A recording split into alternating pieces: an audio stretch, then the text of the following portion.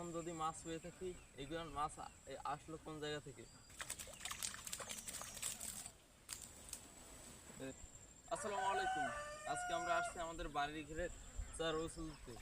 এখন আমাদের বাড়ির ঘিরে আমরা কোনো চিংড়ি বা অথবা মাছ ফেলাই নেই, চিংড়ি মাছ ফেলাই নেই। এখন যদি মাছ পেয়ে থাকি, এগুলো মাছ আসলো কোন জায়গা থেকে? আর এখানে আমরা ভালোভাবে পাতি নেই, ভাবছি যে মাছ হবে না। এখন দেখি কি হয়। চার তো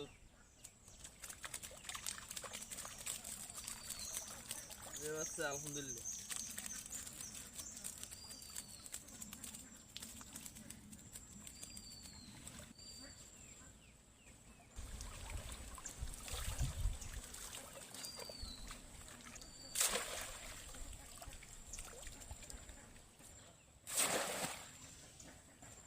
আমাদের মোটামুটি মাছ হচ্ছে, তার সাথে সাথে এটা আমরা বাইলেও পেয়েছি। বাড়ির সামনে নিয়ে দেখাবো, ঢালার পর আপনাদেরকে দেখাই। এখন আমরা চারও পেতেছি। তো আলহামদুলিল্লাহ এখন আমরা চলে আসলাম, আর এই মাছ পেয়েছি, আপনাদেরকে দেখাই। আর এখানে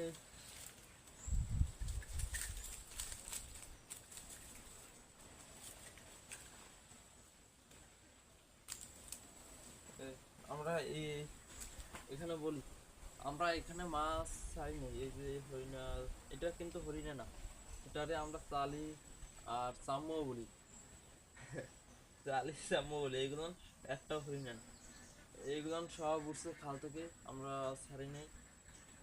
কিসের জন্য চাই না তাও আপনাদের বলি। আমাদের যেহেতু হাঁসটাকে ঘিরে, হাঁসে খেতে পারে, খেয়ে ফেলবে, তার জন্য আমরা খাই না। আর হরিণ হয়েছে এই এই হচ্ছে হরিণা, এই হচ্ছে সাম্য। এখন এইটার ভিতর বৈশিষ্ট্য দেখাই, বিশেষত্ব কি? এই হরিণা দেখেন, এই হরিণার গায়ের খোসা থাকবে অনেক পুরু, আর এই চালি মাছের খোসা থাকবে খুবই পাতলা। এই সবচেয়ে আমার দ্বারা মনে হয় সুস্বাদু হরিণার সেম। দাম দুটোর সেম প্রায়, দেখছেন। আর এখানে একটা বাইলে পেয়েছি, এটা কি করে জানি না। আর বাগদাগুলো আমরা ফেলাইছিলাম আমাদের ওপারের ঘেরে, যে সময় ছাড়ছিলাম ওই সময় কিছু এনে ফেলাইছিলাম।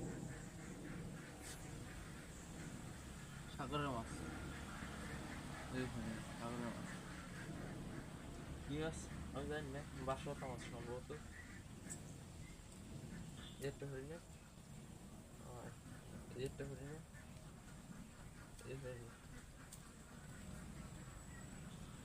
আর মাছ আমরা বেশি পেতাম, যেহেতু বন্যা ডালাগন। তারপর দ্বিতীয়ত এখানে আমি ভালো করে আমি চারো পাতে নেই, এখান থেকে মাছ ধরার কোনো ইচ্ছা আমার ছিল না।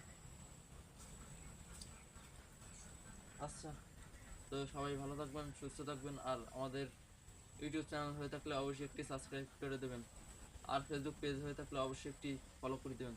তো সবাই ভালো থাকবেন, আসসালামু আলাইকুম।